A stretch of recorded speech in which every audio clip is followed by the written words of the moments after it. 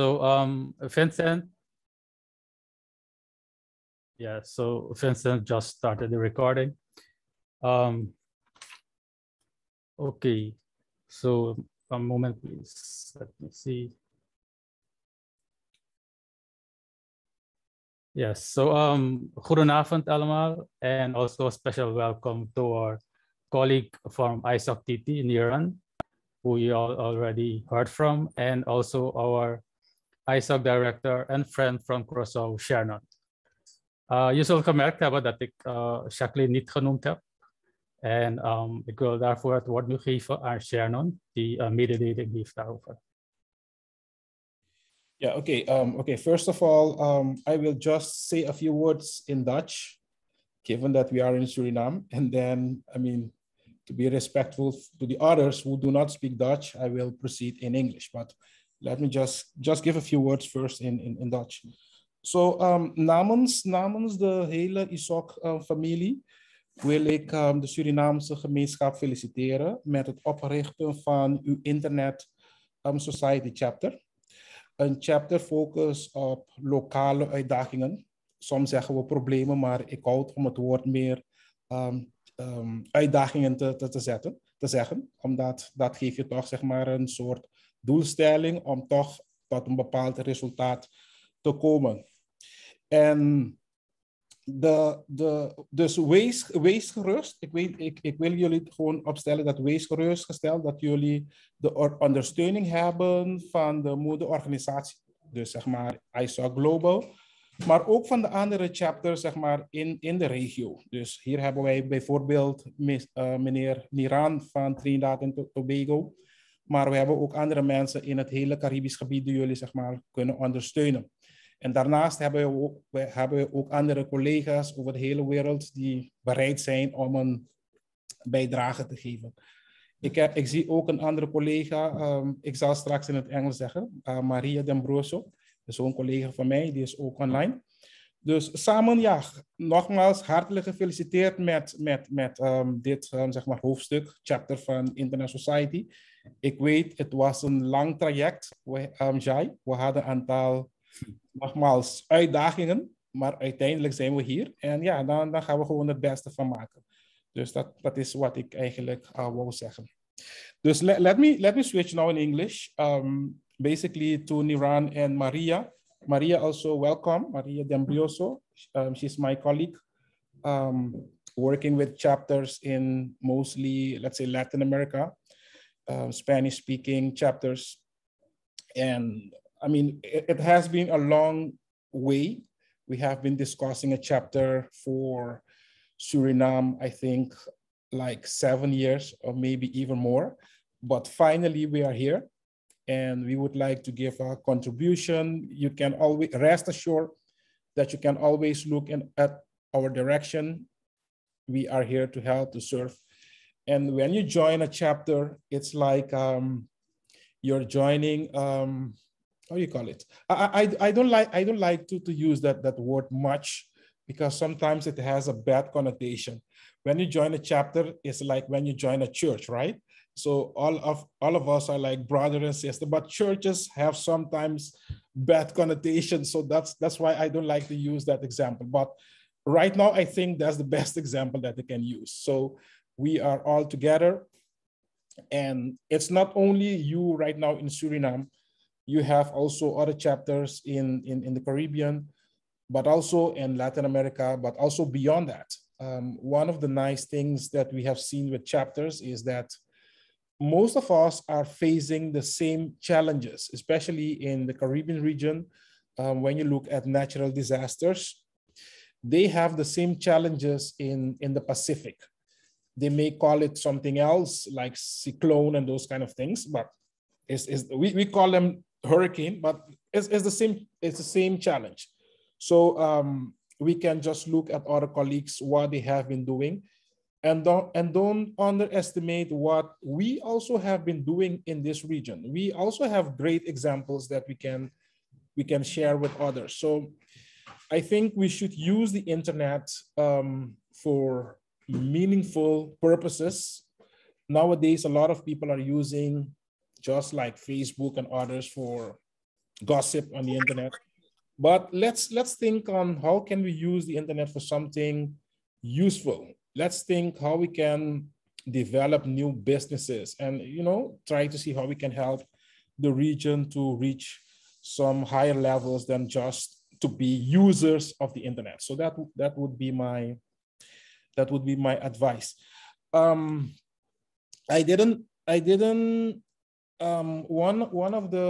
One of the speakers that we did have for tonight was also Jacqueline Morris, together with Niran, Beharry.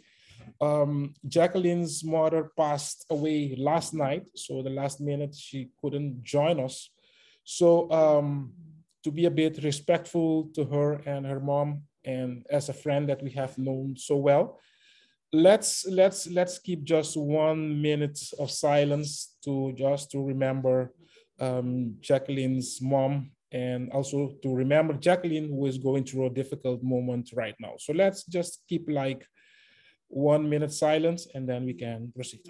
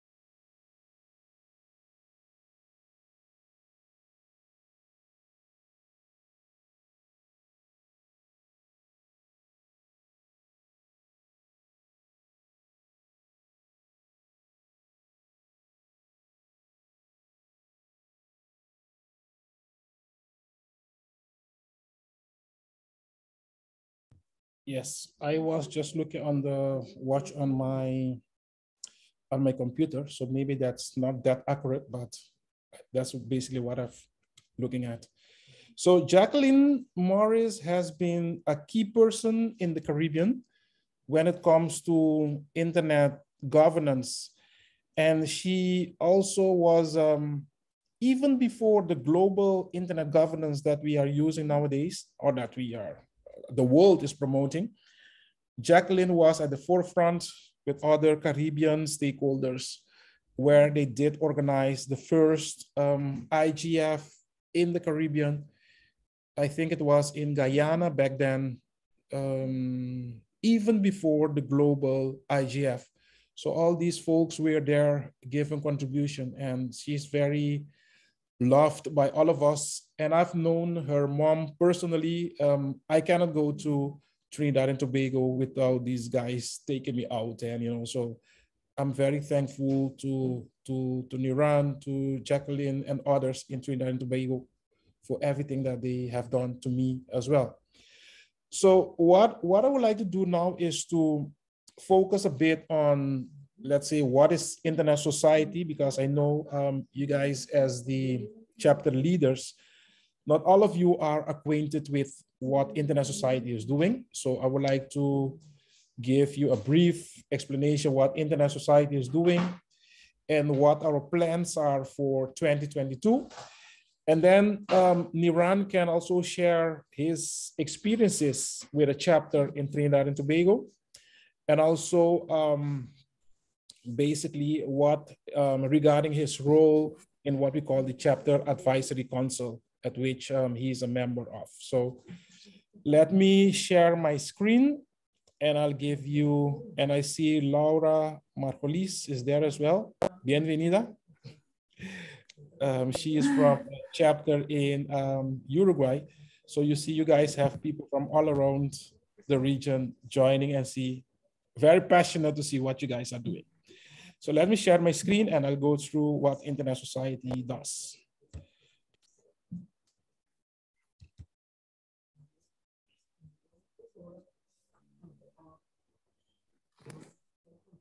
Yes, I think you can see my screen, right? Okay. So Yes. I have entitled, let's say, the presentation, let's say, okay, action plan 2022. And basically this year, we will be focusing on what we call a healthy internet for future generations. So what we would like to do is to ensure that future generations, they continue to use the internet and don't make the same mistakes that maybe we have done, you know? So that's basically our action plan for 2022. So of course, I'll be highlighting what is the Internet Society, what we are doing, and equally important, why do we care? I'll be looking back at 2021, what we have done. And it's very important because whenever you make plans for future, you need to look back what you have been doing in the past and see where you can change things and enhance things, maybe if you haven't done them the right way. So, and then I'll be focusing on 2022, this year and beyond, and how you can give your contribution to the development of the internet and also the chapter in Suriname. And of course, there will be opportunity for you to ask questions. So the Internet Society is a global not-for-profit organization which was founded in 1992 by key internet pioneers. So this year we will be celebrating our 30th anniversary. So back then, you must just think what was happening back then, like 30 years ago. You had all these experts, academic people and engineers, and they were discussing, especially the founders of the Internet Society. You may have heard of Vince Cerf and Bob Ken. The TCP protocol that we are using nowadays, on which the internet is based, was developed by these two gentlemen, Bob Ken and Vince Cerf. People are talking much more about Vince Cerf, but Bob Ken is there as well. It was the two of them. So they developed the TCP protocol on which the internet is based. And around that time, in the 90s, early 90s, they were discussing how can we ensure that this new thing that we are having or seeing, the internet, how can we ensure that there is a so-called society that can ensure that people can continue to focus on the development of the internet. And that was basically the reason why they did form the Internet Society in 1992. So Internet Society is focusing on three main things. The first is what we call development of internet-related standards. There are a lot of standards bodies out there. For example, if you're using the GSM mobile technology, that's what we call an ETSI standard. It's an ETSI standard. If you are connected, and I guess you are connected right now on Wi-Fi, that's we call it IEEE 802.11, and you may have different series of numbers. So that's another standard body. And if you look at the telecommunications infrastructure itself, then you have the International Telecommunication Union and what we call the T division. They are focusing on standards to ensure that the technical infrastructure of the internet of the telecommunications continue to function. But there is one particular organization that is focusing only on internet-related standards. And this is what we call the Internet Engineering Task Force, of which Internet Society is the organizational home. So all the IPv4, IPv6, autonomous system numbers, all these were developed by the Internet Engineering Task Force, of which Internet Society is the organizational home. And we believe in what we call an open, globally connected, trustworthy, and secure internet for everyone. So basically what we would like to see is that everybody is connected to the internet, but not only connected to the internet, connected in a secure way. And then the second area where internet society is focusing on is what we call policy development. So beleid gedeelte. Eh? So, and when it comes to policy, it's not only like internet related policy, but also, for example, if you may see like a shutdown in a given country. For example, if a government would like to take down the local internet, then you will hear internet society's position on that as well, because we see that as a kind of a policy aspect that is being discussed. And it is also part of the threats that we are seeing there connected with the internet. So we are focusing on technical standards, as I did mention, and the second area is policy aspect, very broad, so all kinds of policy related issues. And then the third area where internet society is quite active on is what we call education and capacity building. So with capacity building, we would like to see our own people in the region taking the lead and not always looking, in our particular case, looking at Europe or at the USA. We are focusing to get our own people to get the knowledge in order for us to help ourselves in the region. So that's in a nutshell, basically what the internet society is doing. We do have, let's say, chapters in addition to chapters. I think right now we have more than 100 and something chapters. We have some what we call special interest groups. So if you are interested, for example, in cybersecurity, you may join the special interest group focusing on cybersecurity. And so we have different special interest groups, and you guys also can think about one group that you would like to form. I'm just saying something. If you're thinking about how can we enhance the internet economy, how can we enhance that? You can come together, I mean, people from all around the globe, and they can form a special interest group focusing on let's say the development of the internet economy. So that's free for people to think what they would like to develop. We also have what we call individual members. So people just like you and me, we can become members of the internet society. As member of the chapter in Suriname, I guess all of you are also member of are individual members of internet society. And in addition to individual members, you can also be organizational members.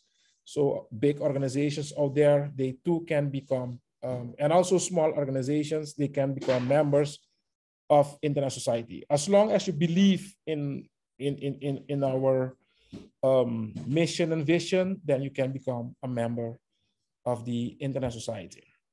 So basically we are also, we have three what we call strategic goals that we are focusing on. The first is how can we ensure that we continue to build the internet? I spoke about IPv4, IPv6.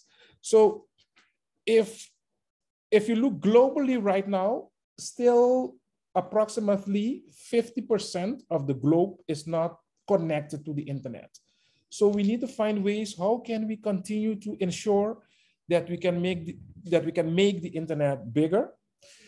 So that is why we do promote it. But it's not only about to build and to promote the internet, but we also have to defend it. Right now, there are discussions ongoing given the Russia-Ukraine challenge dispute going on. There has been some discussion about taking down, let's say, the internet in that particular part of the world. So given that we are promoting, that we would like to, that we are defending the internet, you may also hear our opinion on that. So these are three strategic goals that we are focusing on: to build, promote, and defend the internet. So I think it's also very important if I can just highlight what we have done, what we've done last year, for example. and then I can focus what we will be doing or have been doing this year and will continue to do this year. So if you look at our work, we divide it in two main groups. We divide everything that we do, we divide it in so-called internet growth projects. So we are focusing on strategies. How can we ensure that the internet can continue to grow? Remember, still 50%, almost 50% of the globe is not connected to the internet. So we need to ensure how can we get more people connected to the internet. And then on the other hand, the one in red, for example, it's focusing on how can we focus on a stronger internet. And when it comes to a stronger internet, it's more like how can we ensure that the internet is there. If you look, more than 95% of the global economy is conducted over the internet. So if people lose trust in the internet, then we have a big problem. So that is why we are promoting how can we ensure that the internet remains secure and that people continue to trust the internet. So we do have two big areas.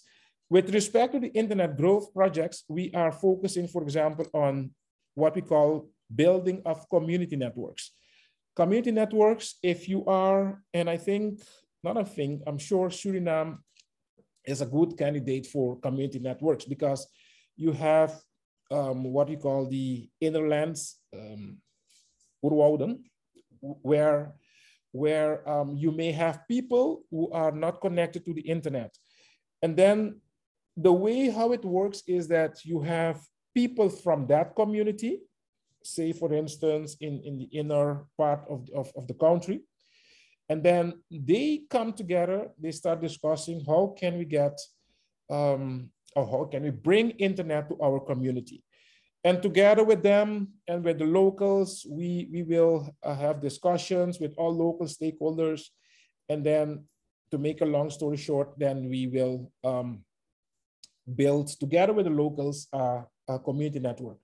Right now in the Caribbean, we have a good example going on, and that's in St. Vincent and the Grenadines, where we have, we are in the phase of deploying a community network for some farmers in St. Vincent and the Grenadines. We have had some challenges with respect to equipment that had to be shipped to St. Vincent and the Grenadines. And I believe right now we are still waiting on some equipment from Canada. And once we get that whole bulk, we can ship all of them to St. Vincent and start building the community network for the farmers community. And the nice thing with this project is also, it's not only to get the farmers to give them access to the internet, but we will be using also, for example, Internet of Things devices in order for them to, measure all these what they're doing with their crops. And so it's a holistic approach whereby we can, or they together with us and other partners can give significant value, added value to the local community. Another project that we are focusing on with respect to internet growth is what we call fostering infrastructure and technical community. That's basically what we did last year. And it's a lot of work, but basically you should think about internet exchange points. This is basically what we are trying or have been trying to promote with this, this project. And I'm looking at Jai because right now in Suriname, we are exploring, deploying an IXP as well. And this was also part of this, this initiative. Another project that we are focusing on internet growth projects is what we call measuring the internet. One of the challenges that we are facing in the Caribbean is that, and I'm looking also at my good friend Niran, it's not always that we have all the data to, to support the direction that we would like to go. sometimes we are very emotional. We just say, okay, we would like to do something, but we don't have any data to support what we would like to do. And this project is focusing on how can we get empirical data to focus on getting all that knowledge in order for us to take sound decisions, and especially when trying to convince policymakers and governments, you need to show them something. You cannot just say, I think, you need to show them some reports. And this is basically what this, this project is doing. And if we look on the other hand, the red ones, promoting the internet way of networking, the global internet that we're using nowadays, it has some challenges. As I did mention, you may have countries or governments trying to, how do you call it, take down the internet in the particular country. Some of them trying to block access to local citizens. So, and we do have a project internally called Internet Way of Networking. And these are all the discussions or the areas that are being discussed when it comes to Internet Way of Networking. Another project is what we call Securing Global Routing. If you look at the internet itself, it has two main components. We do have the domain names that we are using. For example, Vincent.com, that's a domain name. But in addition to the names that we're using, we also, because if you look at the internet, it's networks that are interconnected. So you need to go from one network to the other. And then we use the internet routes to go from, for example, from Suriname to Trinidad and Tobago. If you consider Suriname as a network and then Trinidad as another network, in order for you to make that link, you need to use that route from Suriname to Trinidad and Tobago. And then we have a program called Manners, Mutual Agreed Norms on Routing Security, where we are promoting to make all these internet routes secure. Another project that we are focusing on is what we call encryption, extending encryption. If you look, people still trust the internet because your data, or you need to encrypt your data, you know? Just imagine if your data is wide open and people can just access your data. When you're sending things over the internet itself doesn't have any security mechanism embedded into it. Because when the internet was developed, it had been developed in an environment of trust. So if I and for example, Vincent are living in the same country or on the same island, and we trust each other, there is no need for me to put any lock on the front door of my house because we know each other quite well. But if we know that others who we don't know, Jai, for example, can also get access to our island and we don't know Jai, then we need to put a lock on the front door of our house. And that's exactly what we have seen with the internet. Initially, it didn't have any security mechanism embedded into it, but nowadays, given that everybody's using the internet, then we need to ensure that we keep it safe by using encryption, for example. And another project that we have that we've done last year was focusing on open standards. So the internet itself is an open standard. So we have been promoting all kinds of open standards and protocols. So these were the projects that we did focus on in 2021. And these were 7 projects. What we will be doing this year and have been doing is, of course, when we look back, there were areas that we say, okay, we need to enhance those areas and make things a bit different. As you may know, the only constant in life is change, and that's exactly what we have done here as well. So this year and next year as well, we will be focusing on, instead of 7 projects, we will be focusing on 10 projects. So we will be focusing on 5 projects on internet growth, We will continue to focus on building community networks. We will continue to focusing on building and promoting, let me call them IXPs. We've called it here fostering sustainable peering infrastructure. And we have a quite different group called Enabling Sustainable Technical Community. Hereby, we will be focusing more on the development of network operating groups. We do have one NOC in the Caribbean that's called Carib NOC. I think most of you are familiar with that as well. So we will be specifically focusing how can we get more NOCs active. And when I'm talking here about the projects, it's not only, let's say, Latin America and the Caribbean, but the whole world, right? We will continue to focus on measuring the internet, as I did mention before. And one other project, a new project that we will be focusing on this year, is what we call the LEOs, low Earth orbit satellites. And why are we focusing on this? If you're following, let's say, news, you are acquainted with the Starlink of our friend Elon Musk, and you have also others. So it seems like with LEOs, you can, because given that we're talking about a satellite system, it can have a big footprint whereby, for example, with traditional systems, it may be a challenge. If I look, for example, at Guyana, in the inner country, and Suriname as well, it may be a challenge to connect, for example, a given community in the inner part of the country. But with satellite, it might be quite easier because you have a footprint covering the whole country, you know?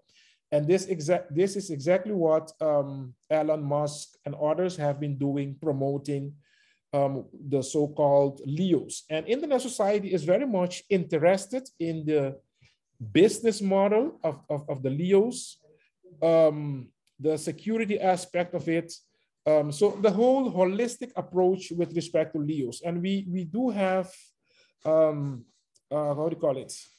A steering committee group within the Internet Society, of which I'm also part of it. And I'm leading the policy aspect of it, because you also need to look at the spectrum that are being used and all these kind of other policy issues that we are seeing when it comes to low Earth orbit satellites. When it comes to low Earth orbit satellites, we are talking about a heights up to 1,000 kilometers. So, and then beyond that, you have the GEOs and the HEOs and the MEOs and the others that we're seeing. So these are the projects that we are focusing with respect to internet growth. And then with respect to a stronger internet, we will continue to promote the internet way of networking. We will continue to focus on encryption. We will continue to focus on securing the global routing.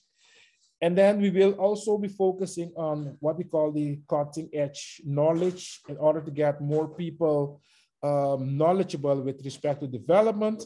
And there is one new area called exploring digital sovereignty. So it's like whenever you may have people belonging to a given, let's say, country or jurisdiction, there are discussions ongoing as well with respect to the digital sovereignty. So this is also one new project that we will be exploring to see what are the opportunities people moving around within the digital economy. So these are I think I did speak a lot, but let me say in a nutshell, the 10 projects that we will be focusing on. And in addition to Internet Society, we also have a so-called Internet Society Foundation. And why did we form this foundation? Because there were areas with, let me call it the mainstream organization. It was not possible for us to address those challenges. One of them, for example, is the disaster mitigation. And I personally have been talking about this because within the region where I live, in the Caribbean, for example, we have challenges with respect to natural disasters. So with, let me call it the traditional internet society, I've been talking with our CEO on this, but we didn't have any structural way to deal with natural disasters. So what they have done is to put these responsibilities at the Internet Society Foundation. So now we can address all these natural disasters challenges with the Internet Society Foundation. And you guys, as members of a chapter, can also benefit from all that. The first one is also what the foundation is doing is what we call chapter funding. So they give grants of small and large grants. And we are talking about amounts somewhere between $3,000 US all the way to $30,000 US. Based on the project that you may have, you can, of course, you need to have a good plan, and then you can get a grant from the foundation. They also are focusing on what we call community capacity building. And we have a nice word for that: strengthening community, improving lives and livelihoods. That's basically what they're using. And also research, as I did mention before, this is also one of the weak areas that we have seen. Before, we didn't have a structural way to deal with research, right? So if you have a university in Suriname, for example, and they would like to do a research, let me call it, on the digital economy, then you can approach also the Internet Society Foundation with your plan, and then they can give you, let's say, the funds to conduct that research. The same is true with innovation. If you may have a very innovative idea, you can also approach the foundation in order for them to, to sponsor that idea. All these 5 areas, we didn't have a structural way, as I did mention before, within the Internet Society structure to deal with those. Of course, in one way or the other, we have been doing those, but we didn't have it in a structural way. And now with the foundation, we have a very structured way to deal with all these. So basically, is what Internet Society and the foundation is doing. We, as I did mention initially, we have the chapters. You guys are a chapter now. We also have the individual members, organizational members, special interest groups. And one of the areas that we will be focusing this year with the chapters is to equip the chapters with the knowledge and also the resources in order for them to do their work. We are talking about volunteers. Right now, for example, we started at 8 p.m. in Suriname, and it's quite late, let me put it like that. But we are talking about volunteers, and you still have the passion to do it, So we need to find ways how we can, it's not to compensate, but we need to keep it interesting for you guys to offer your time and, to make your country a much better place. But if you don't have the, if it is not interesting, and of course, we're talking about volunteers, you will say, okay, Jai, I have enough. As they say in Dutch, bekijk het maar, hè? Dus I will no longer do that. But that is why we are focusing on how can we keep it interested with the locals, ensure that you have the fundraising that you need in order for you to do your advocacy. So that's it from my end. I'll give you the opportunity to ask a few questions. And then after your questions, Niran will share with us his experience as a member of a chapter in Trinidad and Tobago, and also as a member of the chapter advisory board, of which he is a member. So feel free, if you have questions, ask them. We have Niran. I also have Maria, my colleague here on board as well. So if there are questions that I don't know the answers, I'm sure Maria can help me in that regard as well. Shernon, Ricky here. Yes. Quick question regarding the funding. Is it structured in such a way that only a chapter can request funding, or can any individual other organization also apply for funding with ISOC, like a university, for instance? Yes. Primarily, we are focusing on the chapters. For example, for the what we call beyond the net structure, the small and large grants. These are for chapters, but you may have in a given country, let's say, where we don't have a chapter. And for example, a university, maybe it's not part, it's not a chapter, but within a university, if you may have a very innovative idea, you can also approach the foundation for that. We have seen where they did support or did sponsor, let's say, initiatives where it was not necessarily a chapter, but in one way or the other, it has to do with, or you need to have a connotation with the internet. So I cannot say, okay, I would like to, how do you call it? I would like to focus on, how do you call it? Harvest some crops or whatever. And it doesn't have any connotation with the internet. So if you can make the connotation with the internet, and then you can also approach the foundation for support. Because remember, we are focusing on research, and most of the times when we talk about research, you need to talk about the university, because there's the place, structural way where research is being conducted. So feel free, if you have a good idea, and if it goes beyond the chapter, you can also approach the foundation to get it funded. Thank you very much for the extensive answer. Yes, you're welcome. Yeah. So I see Vincent. Yes. Yes. Thank you, Shannon. It was a very good information, very broad, and I think the work that ISOC is doing is very good. I have a question regarding the LEOs. For me, it is not clear if they are a competition for the internet, because it looks like they can, let's say, put another standard, or how, where are the developments around the LEO? Where are they standing, and is there a cooperation with ISOC? Is ISOC demanding some things? How do we see that?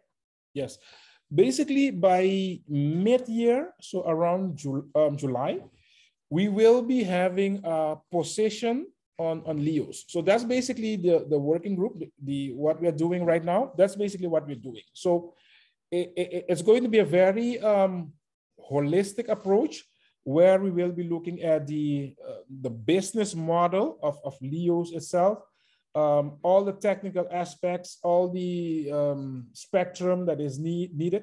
So, and then based on that, Internet Society will be having its position regarding LEO. It's not that we are going to compete with, because we are not going to send anything in orbit. So that's not what we are going to do. We would like to get a better understanding what is the impact of LEOs on getting the internet to grow. For example, I know that in the Caribbean, at Canto, for example, and you are part of Canto as well, they have a working group focusing on LEO, because some of the operators, they are scared that this could be a threat for their operations. Remember, when we look at the and sorry for the long answer, when we look at the three operational layers of the internet, you need to have always infrastructure, and it doesn't matter if the infrastructure is with fixed wireless, if it is mobile, if it is with satellite communications, You see, so you see satellite here. And then when you go to the next level, you have the domain name system. And then on the highest level where we interact with the internet, there you have all the applications. There you have all the applications. So we would like to see what is the impact of all these LEOs with respect to internet growth. So how can LEOs contribute for more people to get connected to the internet? For example, we are struggling with our community networks. If I say, for example, in Guyana or in Belize, but say, for instance, if you may have a LEO that can connect that whole area, and then there is no need for a community network, you know? So we would like to have all these answers. And right now, just be a bit patient about it, because in July, we're going to have a position, we are already working on it, a position that we will be sharing with the whole world. But it's not, and we also, in that particular position paper, we are going to highlight how we should collaborate with other stakeholders. So all these will be discussed in that position paper. But in no way are we going to send anything into orbit. So don't worry about that, that Internet Society will be sending satellites in the orbit. We just would like to get a better understanding of what it is. And sorry for the long answer. I'm not sure if I did answer your question. Yes? Thank you for that. Okay. Any other question? No? Okay. So later on, if still there is a question, I mean, you can ask it. So I'll keep it for here. And then I'll be giving, let me stop share here. And I'll be giving Niran the opportunity to share with us his experience with the Trinidad and Tobago chapter. And also, very important, Niran, what you have been doing so far, or what are the opportunities that you're seeing with the chapter advisory council that you're a member of. To you, Niran. Afternoon, or I should say good night all. So, first of all, you know, I will talk a little bit about the chapter and some of the work that the Trinidad and Tobago chapter has been working on. Quite a bit of the work we have been doing recently was with regards to community networks and disaster preparedness. We have a fisherfolk project that we have started to work on. And that is more addressing fisherfolk out at sea and resilience and communications. Of course, when you actually sit down and start to look at the application of such a technology, theoretically, it could serve as redundant communication links in the case of a disaster or hurricane and so on. So, as with quite a few things, something that we developed in the Caribbean has application for other chapters and in other parts of the world, as Shernon had mentioned, like in the Pacific. So once you start doing anything kind of cutting edge, you know, you tend to pick up a lot of attention. One of the other projects that we actually started to work on falls in line with measuring the internet, because in Trinidad, if you believe the official statistics, we have 98% internet broadband coverage, either through terrestrial or mobile links. The reality of that, of course, is that technically, yes, but not quite. So as far as the providers are concerned, if you're in a village and the fiber optic cable reaches the entrance of that village is technically covered, right? It does not address the social or economic capacity for people to afford access to said internet, right? And that is one of the roles where the chapter has been looking at measuring broadband coverage as well as quality of the service being provided by the providers, so that when we come to look at doing community networks or deploying community networks, we would have better data, because that has stymied our efforts in the past. For the background, the Trinidad and Tobago chapter was formed in 2012 officially, and I was a founding member, and I've been involved ever since. My first position was as the assistant secretary and the chair. You know, so I've been in this thing from the beginning, more or less, right? With regards now to my position as the Latin American and Caribbean rep on the chapter advisory council, or committee, I should say. The objective really is to bring concerns and challenges that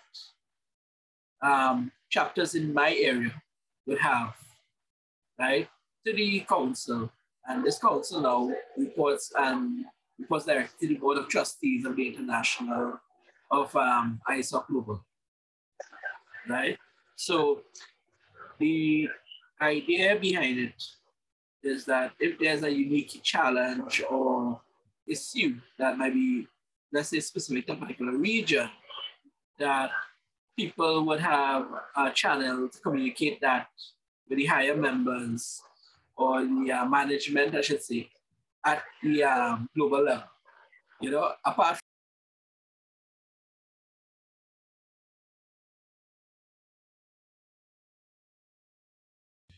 you are on mute, Niran.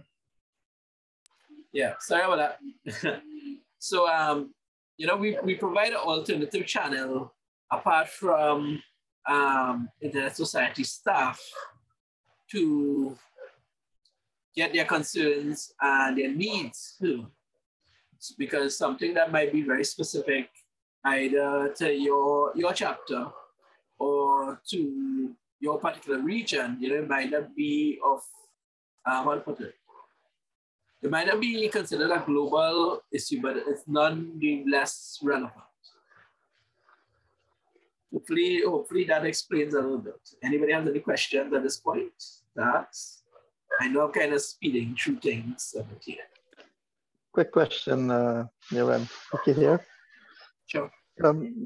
Regarding the communications from land to sea, you guys have any hybrid solution, like in terms of mobile to, what's this thing called? Like the walkie-talkie short-range radios?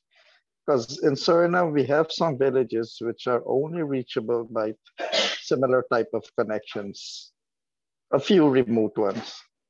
So it would be excellent if you had something, someone calls a mobile and gets in touch there.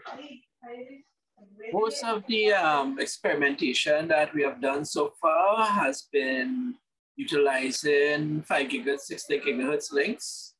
That would allow, and I'm transmitting that the prototype concept that we are in it right now is to try and send a signal from land to a buoy offshore, right? And then use something like LoRaWAN or another form of low-powered mesh networking to provide a mesh network essentially out at sea, you know, to provide that kind of communications. It's not meant necessarily for real-time voice or real-time video at this stage, but simple SOS, GPS locations, that kind of information. Understood. Right? But based on the throughput and so on, and what the initial testing reveals, you know, there's room for expansion. You know, we're trying to build another platform that can be built out according to requirement, different requirements. So even one requirement, and that was not available actually when we first started considering this project 4 years ago, if memory serves, Shernon, was the availability of Starlink and so on. You know, where now we had that.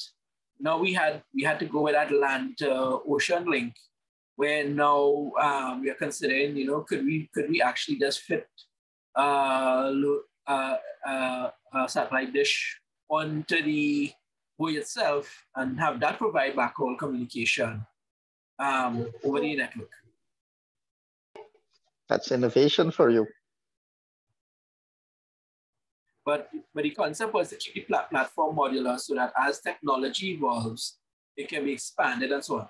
So a lot of the research, in a way, was focused on what we can buy off the shelf. Don't go about reinventing the wheel if you don't have to.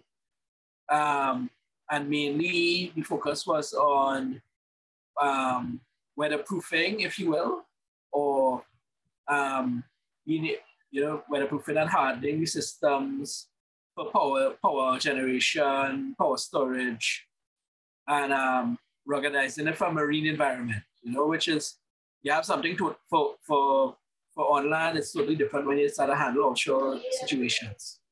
Definitely. Thanks, Niran.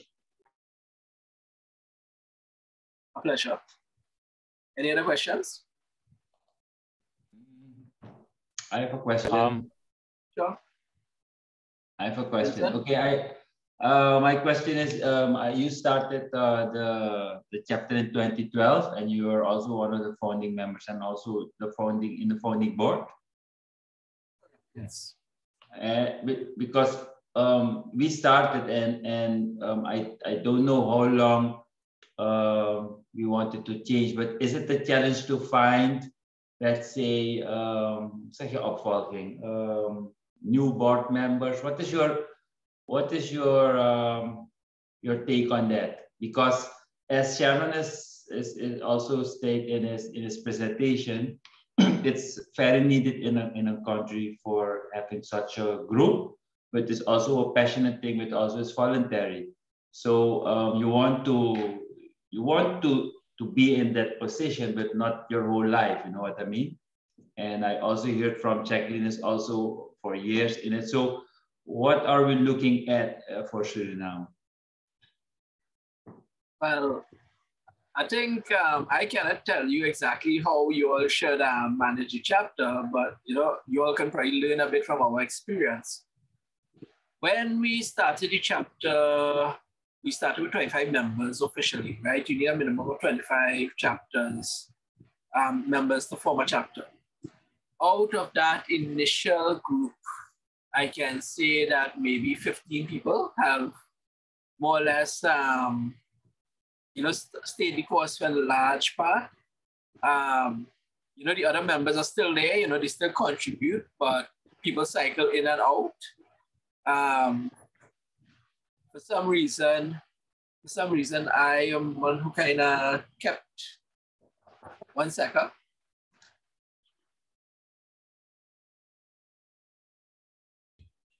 Maybe I can elaborate a bit on that, Vincent. What we have seen so far, it's in order for us to bring changes, you don't have or need a lot of people. I mean, some big changes that we have seen in this world were conducted by maybe 1, 2, and sometimes just one person. So one of the things that we have been doing is to identify what I would call champions in all these countries. So once you have these champions identified, and then we can work with them to see how we can look for others that can give a contribution. But it's not always that you need to look at or try to get a big number of people, because you would not get them. You will just start with those who are very passionate about it, and then going on, we will find others following. So just a point of departure. Pretty much what Shernon says there. As I say, we are up to about just over 200 and something members now.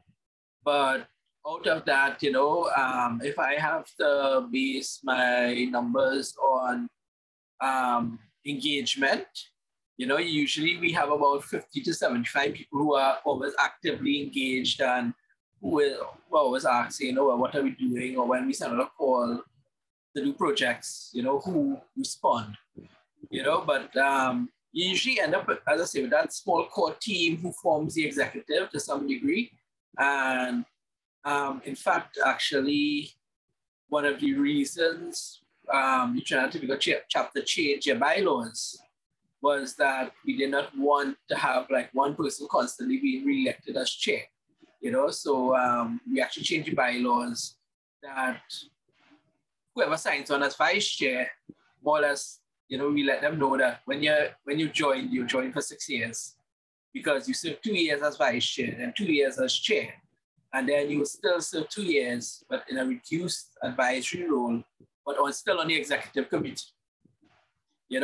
But the idea of that was to kind of force some circulation in the membership and getting people involved, and there's no magic bullet. To be honest, what might work for one chapter might totally not work for another. You just have to kind of, shake things around and see, how it goes, So with the Trinidad and Tobago chapter, I can say that maybe the first 3 terms, we had like that rotational capacity, and then we actually said, well, okay, we need to go and tweak our bylaws a little bit, to accommodate for this, if my rule of thumb is, if you want to engage or continuity planning, if you will, to ensure that the chapter has longevity, pick projects and do things that are relevant to the people of your country. So, at the end of the day, people want to see, you're doing things to help them, and how they can help their fellow person. And you don't need plenty, if let's say you all do an outreach, and because again, we have done outreaches, and sometimes you get 80 people, and out of that 80 people, maybe 3 might actually be really passionate and will stay the course. But guess what? That 3 is enough, and that's what you have to keep doing, It is tough, burnout is a real thing. Another question, and I think that from my experience, and personally, when I look at ISOC, I thought it was a bunch of only technical people. So now we see that there are different areas, and so how can we get support, or what is your how do you call it, advice on to get that image? Do another image. You can do projects, but we are starting, and what is the a good start to do something that you get not only the pure technical people, but also like other community builders or something. It's interesting that you said that your perception came across as being a very technical organization, because funny enough, when I joined, I got the impression it was more of a policy thing.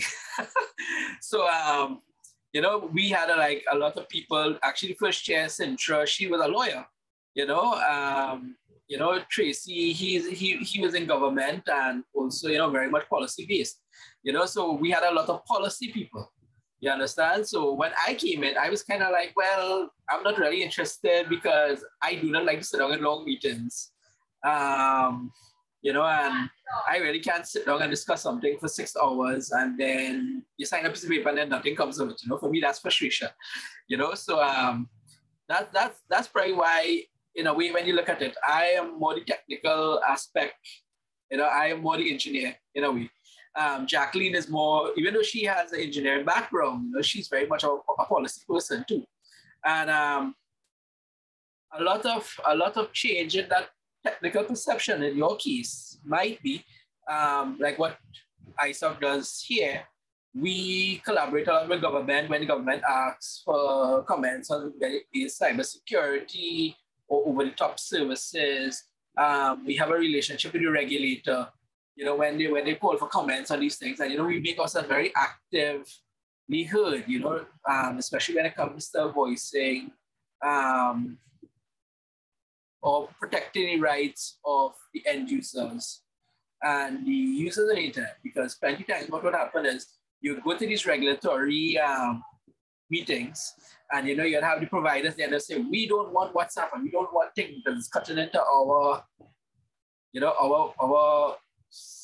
offerings, and we have, thankfully in Trinidad's case, we have a regulator who's considered very light touch, and they say, well, we are not going to regulate this, you guys figure it out, and very interesting actually, now that I'm thinking about it, that about 2 years ago,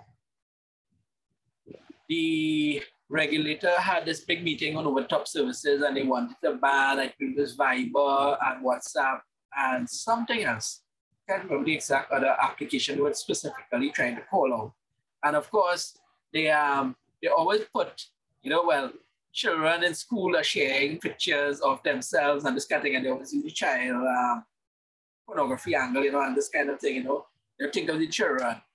And, we said, well, okay, you want to do this, where does it stop, where do you draw the line to say, well, okay, this is correct and this is not, there's no sensing one and not the other.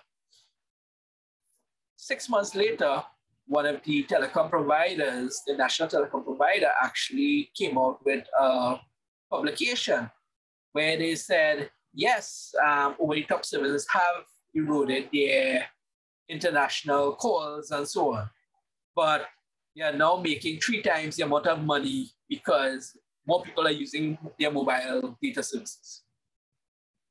So they lost money on one side of the equation, but they gained nearly double the amount on the other side of the equation. And this was something, of course, that most of the regulators and so on would want to have the cake and eat it too if they could. So part of the job of the chapter, at least in Trinidad and Tobago's role, chapter's role, we see, is to advocate, for what is the best for the end users and the customer, if you will. So I think I kind of answered the question, yet not in a kind of long-winded way, but. Yeah, I think it's indeed, as Shernon also said, each country has a different challenge, but we get some information. And for us, like a new group, it's good to hear. So thank you for that. Yes, I think also one advice would be to do a kind of assessment locally, and then you can see what are the, I like to use the word challenge. They call me, within Internet Society, I use that word all the time. So a lot of people have started to use that as well, challenge. Okay, so you can do, I think, a kind of a assessment locally. It doesn't have to be difficult. And then you get an idea, what are the areas that you would like to focus on? For example, in the Dominican Republic, they had an issue with very high taxes on computers and other appliances. So they were fighting for that because that was an issue for them, So and they managed to get the government to reduce the tax rates on computers, but it was a very specific issue for the Dominican Republic. Maybe another country has another challenge, So each one of us, I think, if you do a kind of a very high level assessment, and then you say, okay, my problem or my challenge is more, for example, access. I don't have much access in my country, so how can I improve that? Or content. If you have an IXP, you may have to focus to get those big content providers to install their cache on the IXP. So these are the things that you can think about. And you may have others that are focusing more on policy. If you look, for example, more in the Asia region, where you may have some governments trying to silence, let's say, the community. And there you will see more like a policy discussions going on. We need to keep the internet open. They are not focusing much on other areas that we are focusing on. So I think a very high level access assessment can give you a direction what would be the best things to focus on. Yes, thank you. If you want to think about it, you can kind of look at the country and say, well, okay, what are our pain points? Do a SWOT analysis, as the same business. What are the weak points, what are the strong points, what needs fixing? And then you know, pick one and just chip away at it, you know, pick one that, you know, you all think of it like triage, you know, what is the most urgent need that can be addressed, and what is the most manageable small chunk you all can take out of that, and you just start there, you know. I think that's something I've seen in different chapters, especially when they're now starting. You want to take on a big project, you know. Trust me, cut your teeth on a small one first, you know, and that allows you to see all the little bugs and flaws and processes that you all will need to put in place. Because when we started, maybe we were lucky that the person who founded the chapter was a lawyer, and so she kind of forced the process onto everything that, you know, you wanted to do X, okay, this is the process you have to go through for either, as far as she's concerned, legal purposes or procedure purposes, you know. And so, you know, when you now start a chapter, you're going to have growing pains, you're going to have disagreements, management. You know, some members of the executive might think, okay, well, we want to focus on all technical. Some people might want to think they want to focus on all policy. You know, usually, you know, that's the thing about the internet and the internet society. There's something for everybody. There's a niche for everybody. And just to figure out, you know, what mixture works for you all, you know, and that is by country by country. Yeah, I think that for Suriname, and I want to put it here like a discussion, I think what I see is that in Suriname, internet started with TeleSUR, our telecom company from the state. So I see that internet is synonym to TeleSUR, you know what I mean? And I know that like they have also a policy, or not a strategy, the Suriname strategy, where connectivity is mean for the economy. So internet is like, when Surinamese think of internet, they think of TeleSUR. So for us as a society where we are a little bit, we have to look at it a little bit like more, not liberated, but another way. I don't think it will clash, but we will have to look at it with maybe another, how do you call it, other eyes. More neutral view. Yeah, more neutral view. And in that way, I think that we will need some guidance, but also from the whole. So we as a chapter, we have to put our objectives like on such a way that we are not seen as a competition or as a bully or as something. You know what I mean? And well, no, you all are not really competition, because if TeleSUR is the provider, right? The goal of the society is not really to replace the provider. You understand?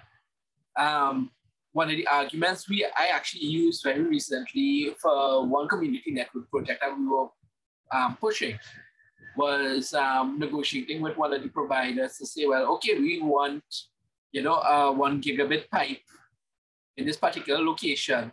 And they were kind of like, well, you know, if you all put up a community network, then we are going to lose business. I said, but you all are not losing business because you all are not covering that area anyway. So that you all are leaving money on the table, right? If you all go through us, then you're going to make money, right? You're going to be paying for the backbone. So you're still going to be making money. You understand? But we are not competing with you. You know, in a way, we are actually giving you all business that you all would not have had. You understand? So it's all how you perceive and you spin that, you know, when you're doing these things, you know? And, you know, that might be the easiest way to address those pain points. You know, TeleSUR covers, you know, X amount. They don't cover this area. Okay, guess what? You all are going to do a village of 100 people, 200 people. Those are people that TeleSUR probably would have never gotten because either A, they individually cannot afford the cost of internet from TeleSUR packages, or there's no coverage, you understand? And you all are now turning that into a way now for TeleSUR to still make some money, you know? At the end of the day, money tends to talk, you know, that's one of those universal rules. Yes, just a comment, Vincent, general comment. We need always to be careful not to scare people, right? Dat we mensen niet bang maken, hè? Want because I mean, we are human beings, and if people get the idea or the sense that you're trying to take away their business or whatever, they will defend themselves, because that's basically what they're supposed to do as well. So I think you need, a good recommendation would be to focus more on collaboration, because then it's better. People will not feel scared, because whenever you scare people, it will backfire on you. For example, a good example that we're having right now here in, or your next to you, neighbor in Guyana, is maybe you know Gray Marsh. You know him, right? He's very active in Canada. Yeah, Gray Marsh. Yes. Yes. So one of the things that we have seen that he has been exploring community network as well, you know, but we have seen some challenges in Guyana. But to make a long story short, right now he is collaborating with the incumbent operator, because if you don't, sometimes in our communities, if you don't collaborate with them, they will make your life very difficult. Because, for example, for backhaul, and we have seen that elsewhere as well, the only way where you can get backhaul is from the incumbent operator, because they are the operator. So if you don't collaborate with them, you will not get how do you call it? You will not get them support neither. For example, I don't want to focus much on myself, but we had a workshop within Canto talking about community network, and people were telling me, you're crazy. How can you go to the operators and tell them about community networks? But again, to make a long story short, they too will make money when you have a community network, because someone has to pay for the backhaul, because they are the owners of the backhaul. So someone has to pay with them. And whenever you have a community network, you are generating traffic for them as well. So at the end of the day, they will make more money out of it. So, but the only approach would be just what I would say is take it easy. Don't scare people, because if you scare them, they will defend themselves, and that will maybe backfire on you as well. Yeah. No, I brought this because we know that Suriname is, let me say, maybe Niran doesn't know, but we only have 500,000 people, and our land is like very big. So our challenge is infrastructure. But the other good thing is that we are one big happy family, and we collaborate a lot. But that's why I brought this, because and it is a personally I saw we have the ICT Association, now we have the Internet Society, and it is all what you also said. A lot is about the money, the business, but the society now is here as a guardian how do you call it, the guardian to protect a free internet and accessible internet. You know, so sometimes you will, and the best way is collaborate. But it is always good to know that these challenges are all over, and I'm very happy that we started the chapter from Suriname, because, as you know, our first challenge was to get this chapter from Suriname itself, so we know each other and we can develop it from our own strength and our own collaboration. So that's why I brought it up, also for others to hear and to know what the challenge can be. But the answer, as Shernon is stating, is collaboration, and sometimes thinking in not sharing the cake, but growing the cake. Because if the cake is bigger, then yeah, everybody will have some good piece of it. So I think it's a good discussion, and I know for sure, I know Jai is indeed I know from years that he's talking about setting up this chapter. So the big accomplishment for him to not giving up for this chapter, I think it's a great thing. So we are very, very happy to be part of it. Also be part of as a founding member. So I know for sure we will be successful, and with the help of you all, yeah, we will grow. But it will take step for step. How wanna do, little by little. Yeah. So I think Jai, right? Back to Jai. Yes, right. Thank you. Those were very interesting presentation, and also very useful advice from Niran. Very thought-provocative, and also stuff to think about, especially the deliberation we had just now. And I hope that our members also take note of that, because as I put in the chat, collaboration is key. If you look at our member list, we have members from all sectors of the society. He is very quiet today, Doric. Doric is from Telesur, and he is, I know he is listening, and we talk about this, but the community network is something that we really need to work on. That is actually one of our point in our application that we mentioned that we will work on.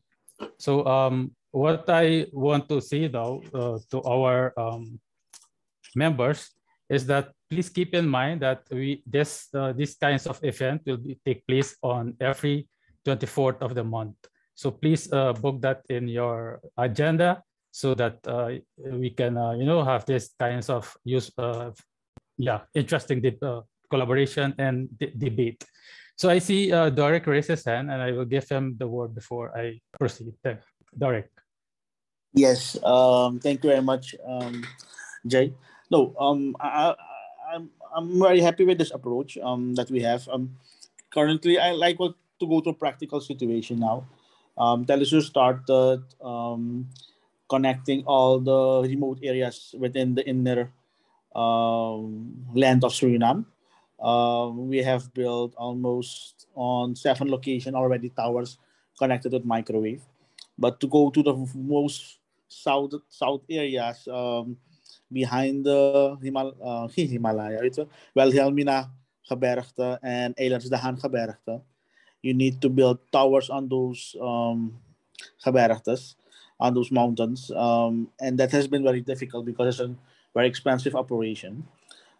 We have already now 2 towers in Kwamala Samutu, 160-meter tower there, and Alalapado 160-meter tower. The tower height has been, no, we have the towers already on location, everything, but we cannot proceed to build the towers because we need to build something on the Eilandsdahan. And to build that tower, you need almost $2 million only to do that, of which like $1.5 million only transport by helicopter. So if it's possible that we can try through ISOC for other solutions, because Kwamala Sutu placed now on satellite.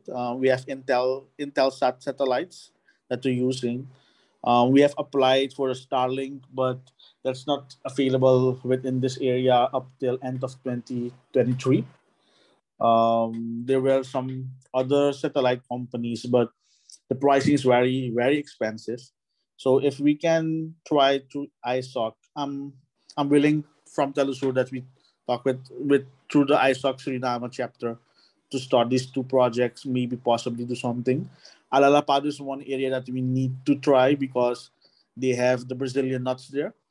The community, they're exporting that. And it's one of the few areas in the world that has the nuts, Brazilian nuts, that can be exported. So it's very important for the local community to have communications. And if we can try as a practical case for us, we can try to do something there.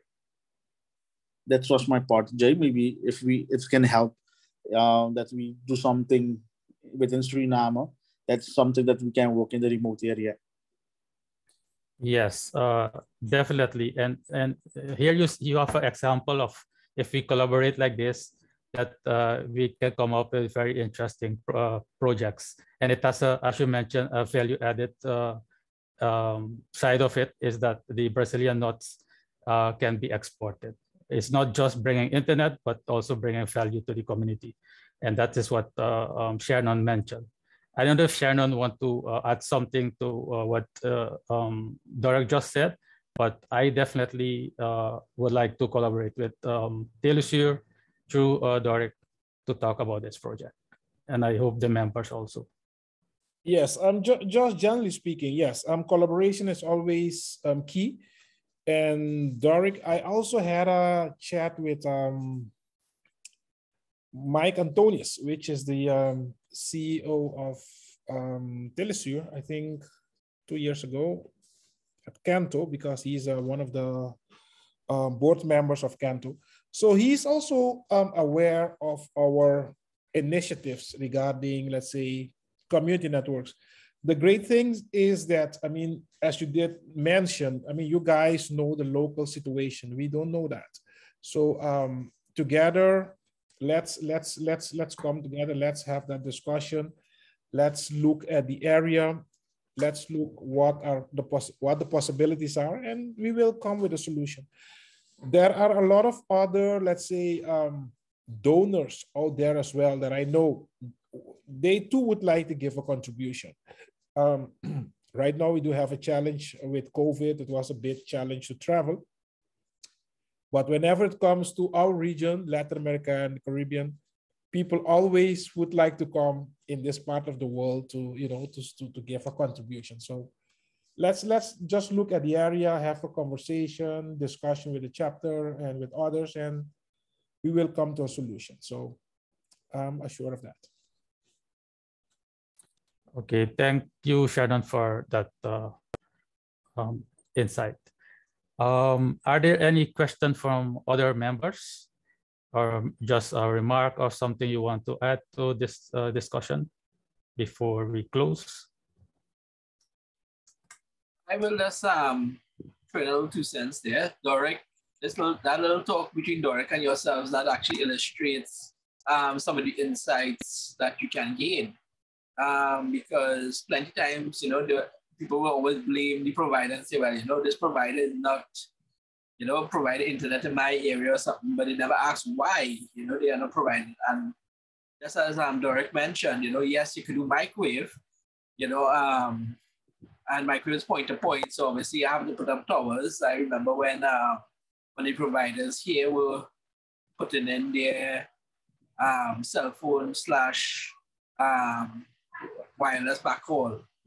You know, we had to put up a tower, I think it was up a 600-foot high hill, you know, with no road access. So it was either assembly tower and helicopter or pay people to literally tote it in pieces up the hill, which is what eventually they decided to do.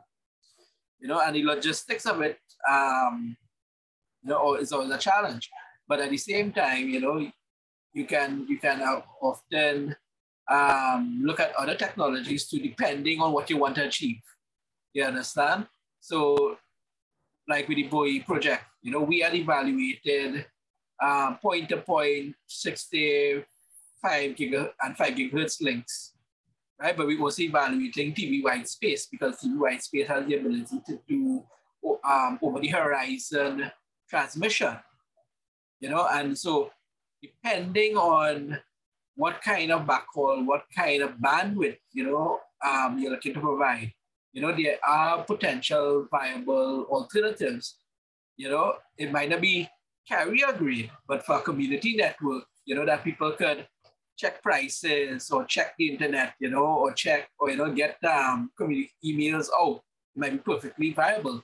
And then that gives you a foundation to build upon at a later date.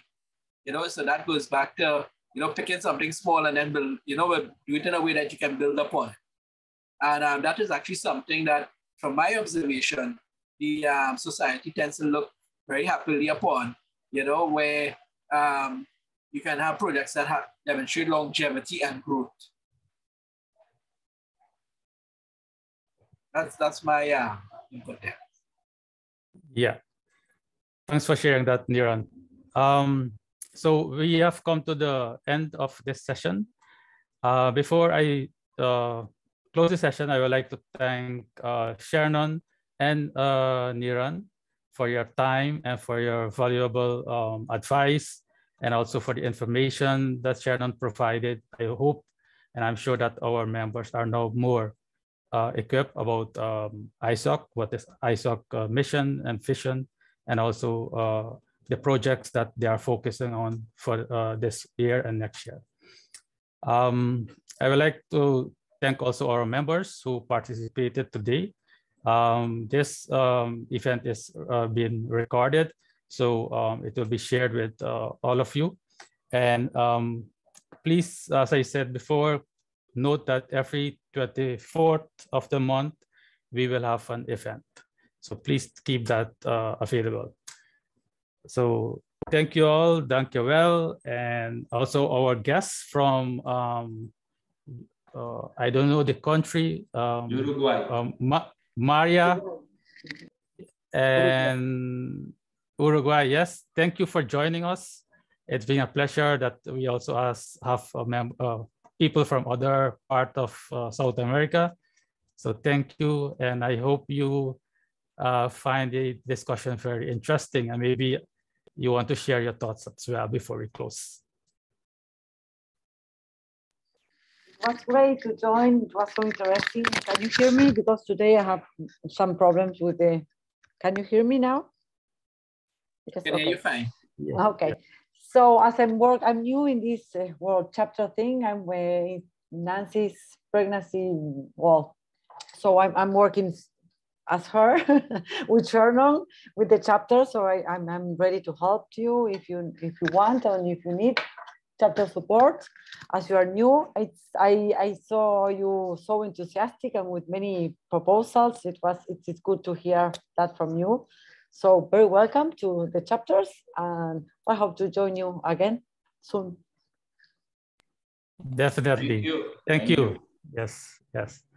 So guys, have a pleasant evening further, and see you all on the 24th of April. Bye, everyone. Bye. Bye. Bye. Bye. Bye. Good evening.